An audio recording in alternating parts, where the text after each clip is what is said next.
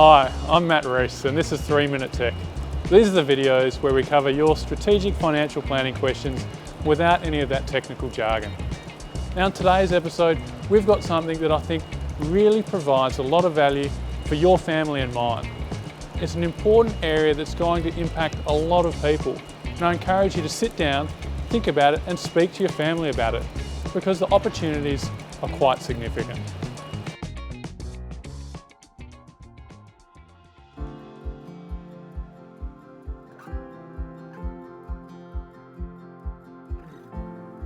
So in today's episode, we'll be talking about a recontribution strategy. In other words, how do you save your children's tax when they inherit your super? Well, the potential benefit of this strategy is huge, and I'm really eager to get stuck in.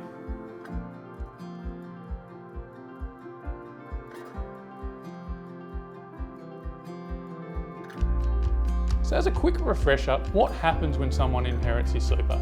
Well, if it goes to a spouse or a child under the age of 18, it's entirely tax-free. But if we think about the majority of Australians, their asset base will eventually go to their adult children. And how adult children inherit super is a bit different, and it gets a bit complicated, so bear with me. Super inherited by adult children is dependent on the type of contributions you've made over your working life. Effectively, any non-concessional or after-tax contributions go into the tax-free component. Any contributions where you received a tax concession along the way, that goes into the taxable component.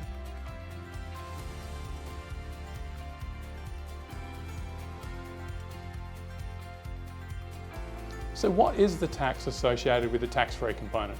Well, as the name would suggest, it's entirely tax-free. This is regardless of whether it goes to an adult child or any other person.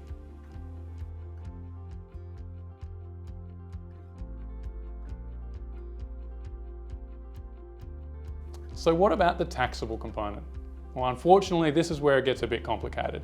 On the taxable component, when it goes to an adult child, they'll be forced to pay 15% tax plus the 2% Medicare levy, so 17% tax in total.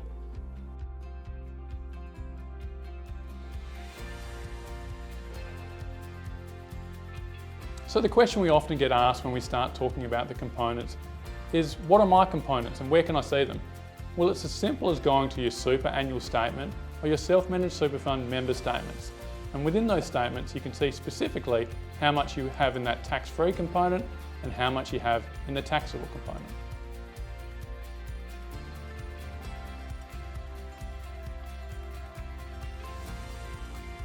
So now you've checked your components and you want to know what can be done. Well, if you see that you've got a large taxable element, which unfortunately is the predominant component for a lot of Australians, there is mechanisms where you can reduce that. This is called a recontribution strategy.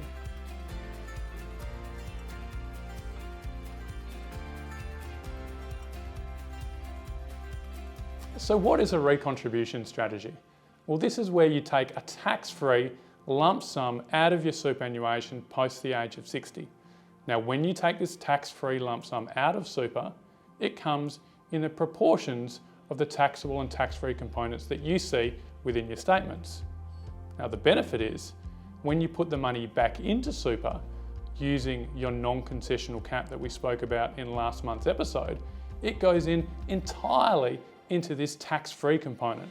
And as we said before, children inherit that entirely tax-free. So effectively, what you're doing within the strategy is changing something that adult children would pay tax on to something they pay no tax whatsoever on, which is fantastic.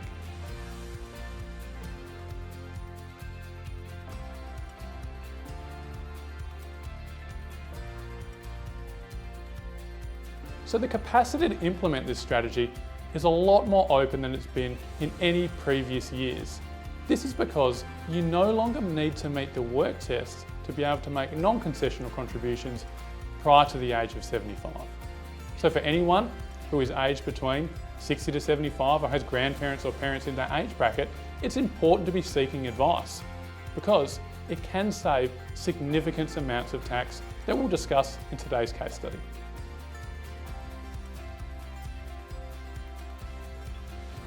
So in today's case study, we have Ted and Emma. They've worked really hard during their working life and have a total of $1.5 million inside of super. Now they've just elected to retire at age 67, and after hearing this episode of 3 Minute Tech, they've asked, is a recontribution strategy appropriate for them? Well, in fact, it is, and it can save enormous amounts of tax for that next generation. They elect to complete multiple recontribution strategies between the ages of 67 and 75. And if they were to pass away then, it means they're saving over $240,000 in tax compared to their existing components.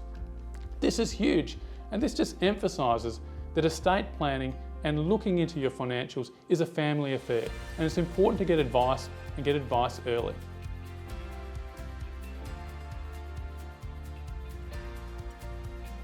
So what have we learnt today? Well, we know the recontribution strategy can save a lot for adult children in terms of the tax that they pay when they inherit super. This is particularly important in modern Australia, given that superannuation is a huge part of people's retirement asset base. So it's important to get advice and speak to your advisor about what can be done now. So now we're back out of the office, what did we learn?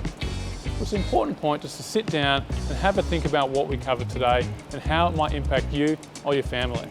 As always, please reach out to us, and we're happy to share and help out in any way that we can.